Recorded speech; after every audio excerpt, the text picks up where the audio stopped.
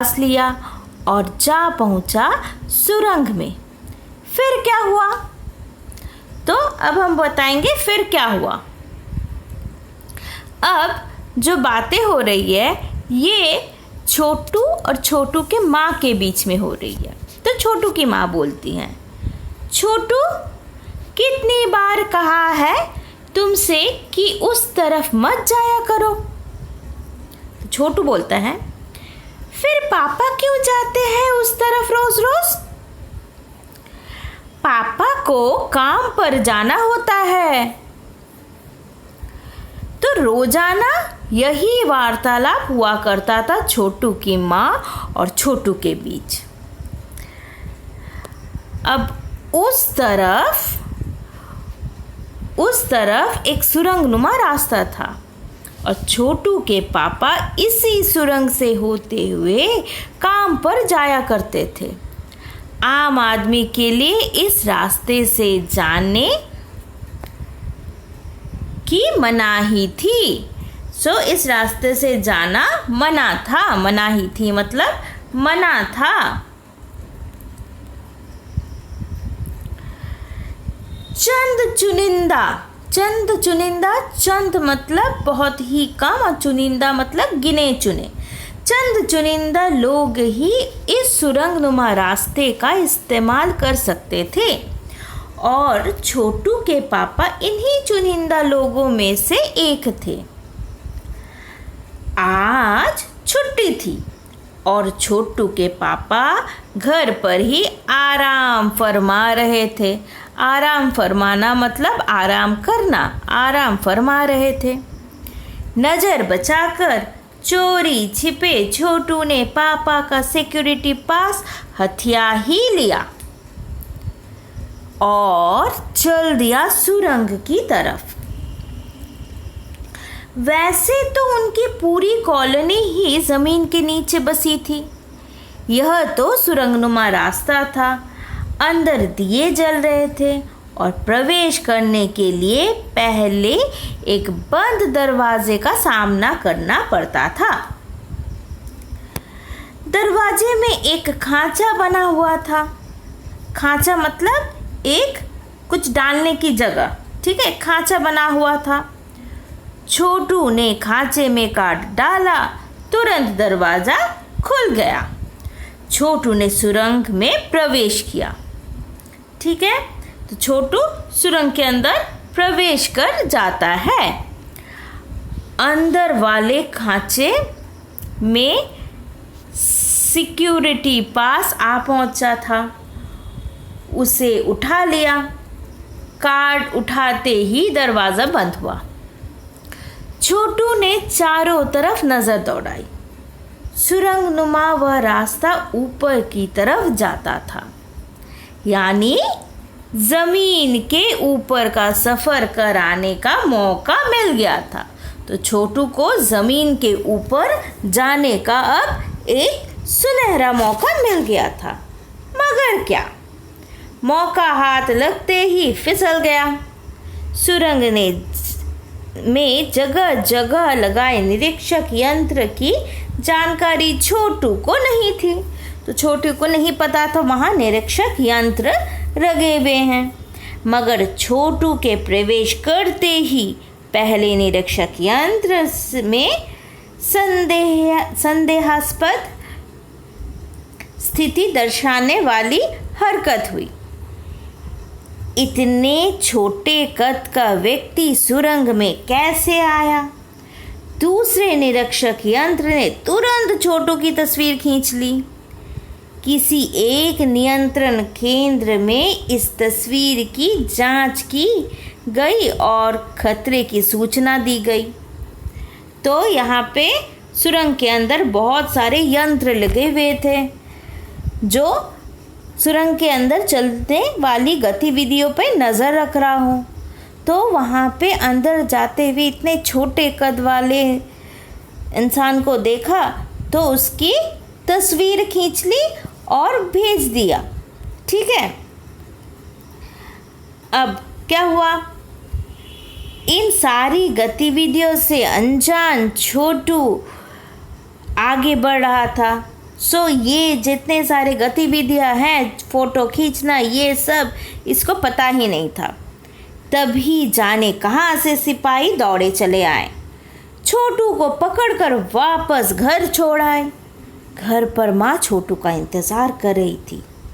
बस अब छोटू की खैरियत न थी।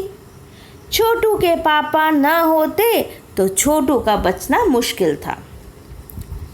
तो छोटू के पापा बोल रहे हैं, छोड़ो भी, मैं इसे समझा दूंगा सब, फिर वह ऐसी गलती कभी नहीं करेगा।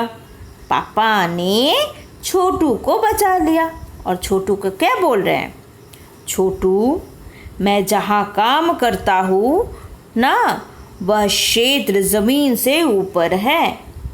आम आदमी वहाँ नहीं जा सकता क्योंकि वहाँ के माहौल में जी ही नहीं सकता। तो छोटू क्या बोलता है, तो पापा बोल रहे हैं मैं जहाँ काम करता हूँ वहाँ का माहौल बहुत ख़राब है, वहाँ पे कोई जी नहीं सकता है। छोटू बोलता है तो फिर आप कैसे जाते हैं वहाँ। छोटू का सवाल जो है लाजमी था, लाजमी मतलब सही था। मैं वहाँ एक ख़ास किस्म का स्पेस सूट पहनकर जाता हूँ। इस स्पेस सूट में मुझे ऑक्सीजन मिलता है जिससे मैं सांस ले सकता हूँ। इसी स्पेस सूट के वजह से बाहर की ठंडी से अपने आप को बचा सकता हूँ। तो बाहर की जो ठंडी है ये मुझे नहीं लगती है, तो इसलिए ये स्पेस सूट हम पहन लेते हैं और मुझे इससे ऑक्सीजन भी मिलता है। फिर बोलता है ख़ास किस्म के जूते की वजह से ज़मीन के ऊपर मेरा चलना मुमकिन होता है। ज़मीन के ऊपर चलने फिरने के लिए हमें एक विशेष प्रकार का प्रशिक्षण दिया जाता है। तो हमें कुछ विशेष प्रशिक्षण दिए जाते हैं, हमें बोला जाता है कि कैसे सब कुछ करना है। छोटू सुन रहा था। पापा आगे बताने लगे, एक समय था जब अपने मंगल ग्रह पर सभी लोग ज़मीन के ऊपर ही रहते थे। तो पहले से हम लोग ज़मीन के अंदर नहीं रहते थे, हम लोग पहले ज़मीन के ऊपर ही रहते थे, बगैर किसी तरह के यंत्रों की मदद के, बगैर किसी खास किस्म के पोशाक के हमारे पुरखे ज़मीन के ऊपर रहा करते थे। लेकिन धीरे धीरे वातावरण में परिवर्तन आने लगा। कई तरह के जीव धरती पर रहा करते थे, एक के बाद एक सब मरने लगे। इस परिवर्तन की जड़ में था सूरज में हुआ परिवर्तन। सूरज से हमें रोशनी मिलती है, ऊष्मा मिलती है। इन्हीं तत्वों से जीवों का पोषण होता है। सूरज में परिवर्तन होते ही यहाँ की प्राकृतिक संतुलन बिगड़ गया। प्रकृति के बदले हुए रूप का सामना करने में यहाँ के पशु पक्षी, पेड़ पौधे, अन्य जीव अक्षम साबित हुए। केवल हमारे पूर्वजों में इस स्थिति का सामना किया था। तो पहले हम लोग जो थे वो ऊपर ही रहते थे, पर क्या हुआ, सूरज में एक परिवर्तन आ गया। उसके लिए जितने जीव हैं, जितने पेड़ पौधे हैं, सब मरने लगे। पूरा संतुलन जो है वो बिगड़ गया और किसी के पास इसका सामना करने का उपाय न था। इसका सामना करने का उपाय सिर्फ हमारे पूर्वजों में था। अपने तकनीकी ज्ञान के आधार पर हमें ज़मीन के नीचे अपना घर बना लिया। ज़मीन के ऊपर लगे विभिन्न यंत्रों के सहारे हमें सूर्य शक्ति, सूरज की रोशनी और गर्मी का इस्तेमाल करते आ रहे हैं। उन्हीं यंत्रों के सहारे हम यहाँ ज़मीन के नीचे जी रहे हैं। यंत्र सुचारू रूप से चलते रहे इसके लिए बड़ी सतर्कता बरतनी पड़ती है। मुझ जैसे कुछ चुनिंदा लोग इन्हीं यंत्रों का ध्यान रखते हैं। तो छोटू बोलता है, बड़ा हो जाऊंगा तो मैं भी यही काम करूंगा। छोटू ने अपना मंशा जाहिर की, अपना इच्छा जाहिर की। बिल्कुल, मगर उसके लिए खूब पढ़ना होगा, माँ और पापा की बात सुननी होगी, माँ ने कहा। तो माँ बोल उठी कि देखो, अब तो तुम्हें सबका बात सुनना पड़ेगा। दूसरे दिन छोटू के पापा काम पर चले गए। देखा तो कंट्रोल रूम का वातावरण बदला बदला सा था।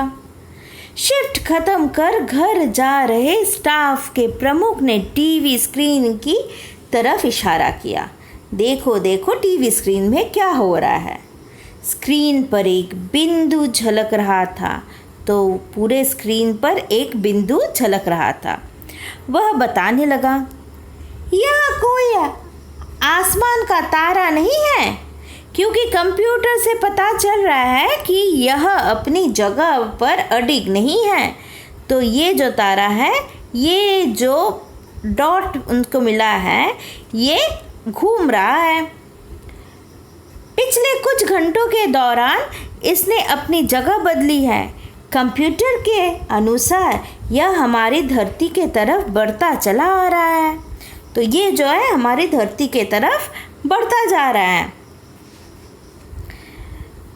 तो फिर क्या होता है? छोटू के पापा बोलते हैं, अंतरिक्ष यान तो नहीं है। तो उन्हें संदेह होता है कि ये अंतरिक्ष यान तो नहीं है। छोटू के पापा ने अपना संदेह प्रकट किया। संदेह हमें भी है, आप अब सब इस पर बराबर ध्यान रखिएगा। छोटू के पापा सोच में डूब गए। तो छोटू के पापा अभी सोचने लगे कि क्या हुआ, क्या होगा ये सब। क्या सचमुच अंतरिक्ष यान होगा? कहाँ से आ रहा होगा? और मंडल में हमारी धरती के अलावा और कौन से ग्रह पर जीवों का अस्तित्व होगा? मंडल मतलब सौर मंडल, सौर मंडल मतलब पूरा जो संसार है, पूरा जो संसार है, तो इसको हम सौर मंडल बोलते हैं। फिर कैसे हो सकता है? और अगर होगा भी तो क्या इतनी प्रगति कर चुका होगा कि अंतरिक्ष यान छोड़ सके? वैसे तो हमारे पूर्वजों ने भी अंतरिक्ष यानों, उपग्रहों का प्रयोग किया था, मगर अब हमारे लिए यह असंभव है। उसके लिए आवश्यक मात्रा में ऊर्जा तो हो। काश इस नए मेहमान को नज़दीक से देखा जा सकता। हाँ, अगर वह इसी तरफ आ रहा होगा तब तो यह संभव हो सकता है। देखें, तो बोल रहा है अगर वो यंत्र हमारी तरफ आ रहा है तो हम तो देख ही सकते हैं कि क्या है क्या नहीं है, तो देखा जा सकता है। अब अंतरिक्ष यान से एक यांत्रिक हाथ बाहर निकला। हर पल उसकी लंबाई बढ़ती ही जा रही थी। तो जो अंतरिक्ष यान है उससे एक जो हाथ है, यांत्रिक हाथ है, वो बाहर निकल गया। ठीक है, और वो बढ़ती ही जा रही थी। छोटू के पापा ने अवलोकन जारी रखा। कॉलोनी की प्रबंध समिति की सभा बुलाई गई। अध्यक्ष भाषण दे रहे थे, जो अध्यक्ष है वहाँ के, वो भाषण दे रहे थे। हाल ही में मिली जानकारी से पता चलता है कि 2 अंतरिक्ष यान हमारे मंगल ग्रह की तरफ बढ़ते चला आ रहा है। इनमें से एक अंतरिक्ष यान हमारे गिर्द चक्कर काट रहा है। कंप्यूटर के अनुसार ये अंतरिक्ष यान नज़दीक के ही किसी ग्रह से छोड़ा गए हैं। ऐसी हालत में हमें क्या करना चाहिए? इसकी कोई सुनिश्चित योजना बनानी ज़रूरी है। नंबर 1, आपका क्या ख्याल है? तो वहाँ पे जो है लोगों का नाम अंक से पुकारा जाता है। तो बोलता है नंबर 1, तो आपका क्या ख्याल है? क्योंकि हमारे इस तरफ एक अंतरिक्ष यान आ रहा है, तो हम क्या कर सकते हैं, इसका हमें सोचना चाहिए इसके बारे में। कॉलोनी की सुरक्षा की पूरी जिम्मेदारी जो थी वो नंबर 1 पर थी। उन्होंने कुछ कागज समेटे हुए बोलना आरंभ किया। इन दिनों अंतरिक्ष यानों को जलाकर खाक कर देने की क्षमता हम रखते हैं, मगर इससे हमें कोई जानकारी हासिल नहीं हो सकेगी। अंतरिक्ष यान बेकार का ज़मीन पर उतरने पर मजबूर कर देने वाले यंत्र हमारे पास नहीं हैं, तो हमारे पास उसे हमारे ज़मीन पे उतार लाने की कोई तकनीक नहीं है। हालांकि अगर ये अंतरिक्ष यान खुद ब खुद ज़मीन पर उतरते हैं तो उन्हें बेकार कर देने की क्षमता हम में अवश्य है। मेरी जानकारी के अनुसार इन अंतरिक्ष यानों में सिर्फ यंत्र हैं, किसी तरह के जीव इनमें सवार नहीं हैं। तो इनमें कोई जीव नहीं है, ये सिर्फ यंत्र हैं, तो हमें कोई खतरा तो होगा नहीं, तो इसे हम आने देते हैं। नंबर 1 की बात सही लगती है। नंबर 2 एक वैज्ञानिक थे।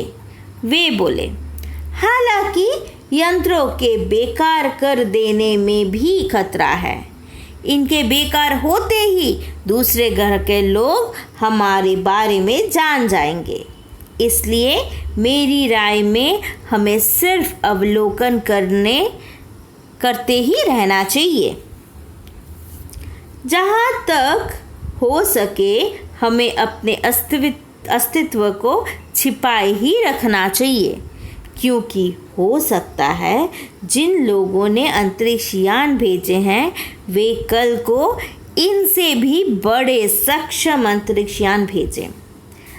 हमें यहाँ का प्रबंध कुछ इस तरह रखना चाहिए जिससे इन यंत्रों को यह गलतफहमी हो कि इस ज़मीन पर कोई भी चीज़ इतनी महत्वपूर्ण नहीं है कि जिससे लाभ उठा सके। तो इस ज़मीन पे कुछ ऐसे है ही नहीं जिसका हम लाभ उठा सके। अध्यक्ष महोदय से मैं यह दरख्वास्त करता हूँ कि इस तरह का प्रबंध हमारे यहाँ किया जाए। नंबर 3 सामाजिक व्यवस्था का काम देखते थे। तो नंबर 3 जो है ये सामाजिक व्यवस्था का काम देखते थे। तो नंबर 2 जो थे वो बोल उठे कि देखो हमें कोई लाभ नहीं होगा अगर हम यंत्र को ख़त्म कर दें, तो हमें छिपा रहना ही सही होगा, वरना दूसरे ग्रह के लोग जो यंत्र भेजे हैं वो अगले बार कुछ ज़्यादा बड़े यंत्र भी भेज सकते हैं। उनकी बात के जवाब में अध्यक्ष कुछ बोलने ही जा रहा था कि फ़ोन की घंटी बजी। अध्यक्ष ने चोंगा उठाया। 1 मिनट बाद सभा को संबोधित करते हुए उन्होंने कहा, भाइयों, अंतरिक्ष यान क्रमांक 1 हमारी ज़मीन पर उतर चुका है। तो ये जो है हमारे ज़मीन पर उतर चुका है। वह दिन छोटू के लिए बड़ा ही महत्वपूर्ण दिन था। पापा उसे कंट्रोल रूम ले गए थे। यहाँ से अंतरिक्ष यान क्रमांक 1 साफ नज़र आ रहा था। कैसा अजीब लग रहा है यहाँ, इसके अंदर क्या होगा पापा? छोटू ने पूछा कि इसके अंदर क्या होगा? अभी नहीं बताया जा सकता, दूर से ही उसका निरीक्षण जारी है। ठीक है, हम लोग दूर से ही उसका निरीक्षण कर रहे हैं, अभी तो हम बता नहीं सकते हैं। उस पर बराबर हमारा ध्यान है और उसके हर अंग पर हमारा नियंत्रण है। वक्त आने पर ही हम अगला कदम उठाएंगे। जब वक्त आएगा तब हम अगला कदम उठा लेंगे, छोटू के पापा ने बताया। उन्होंने छोटू को एक कंसोल दिखाया जिस पर कई बटन थे। तो उन्होंने क्या किया, छोटू को एक कंसोल दिखाया। ये रहा कंसोल जिस पे बहुत सारे बटन हैं। ठीक है, अब अंतरिक्ष यान से एक यांत्रिक हाथ बाहर निकला। हर पल उसकी लंबाई बढ़ती ही जा रही थी। ये है अंतरिक्ष का हाथ, ये जो यंत्र के हाथ है, ये जो निकली ये बढ़ती ही जा रही थी। वह शायद ज़मीन तक पहुंचकर मिट्टी उकेर लेना चाहता था, वो मिट्टी लेना चाहता था। सब लोग स्क्रीन पर दिखाई दे रही अंतरिक्ष यान की इस हरकत को ध्यान से देख रहे थे, सिवाय एक के। उसका ध्यान कहीं और ही था। तो हमारा छोटू का ध्यान जो है ये कहीं और ही था। तो उसका ध्यान कहाँ था? छोटू का सारा ध्यान था कंसोल पैनल पे। कंसोल का एक बटन दबाने की अपनी इच्छा को वह रोक नहीं पाया। वह लाल लाल बटन उसे बस अपनी तरफ खींच रहा था और सहसा खतरे की घंटी बजी। सबकी निगाहें कंसोल की तरफ मुड़ा। पापा ने छोटू को अपनी तरफ खींचते हुए एक झापड़ रसीद कर दिया और लाल बटन को पूर्व स्थिति में ला रखा। तो जब ये घंटी बजी, खतरे की घंटी बजी, छोटू ने लाल बटन दबा दिया तो खतरे की घंटी बजी और तब पापा ने उसे खींचकर एक लपेट लगा दिया। मगर उस तरफ अब अंतरिक्ष यान के उस यांत्रिक हाथ की हरकत सहसा रुक गई थी। अचानक, सहसा मतलब अचानक रुक गई थी। यंत्र बेकार हो गया था। उधर पृथ्वी पर national aeronautics and space administration माने नासा द्वारा प्रस्तुत व्यक्तित्व ने सबका ध्यान अपनी तरफ आकर्षित कर लिया। तो नासा के लोग वहाँ पे अपना ध्यान, सबका ध्यान अपनी ओर आकर्षित कर लिया। और क्या बोल रहा है? मंगल की धरती पर उतरा हुआ अंतरिक्ष यान वाइकिंग अपना निर्धारित कार्य कर रहा है। हालांकि किसी अज्ञात कारणवश अंतरिक्ष यान का यांत्रिक हाथ बेकार हो गया है। तो बोल रहा है अंतरिक्ष का जो यांत्रिक हाथ है वो बेकार हो गया है, वरना बाकी तो सब सही चल रहा है। नासा का तकनीशियन इस बारे में जांच कर रहे हैं तथा इस यांत्रिक हाथ को दुरुस्त करने का प्रयास भी जारी है। इसके कुछ ही दिनों बाद पृथ्वी के सभी प्रमुख अखबारों ने छापा।